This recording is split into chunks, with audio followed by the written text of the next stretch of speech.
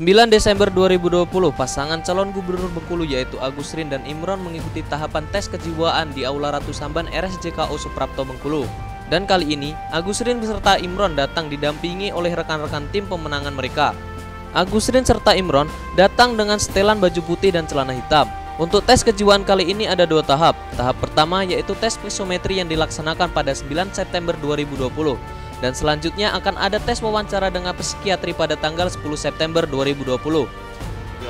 Wah banyak, ini kan masalah kejiwaan itu kan banyak kan, bermacam-macam ini apa namanya yang menyangkut masalah kejiwaan. Nggak bisa kita uraikan satu persatu, jumlahnya hampir di ratusan sekian. Mudah-mudahan kejiwaan kami sehat-sehat saja. Bagus saja. Daripada terdahulu kan gitu.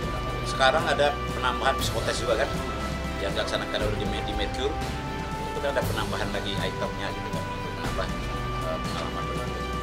Dari Kota Bengkulu, Tim Liputan Lebong TV melaporkan.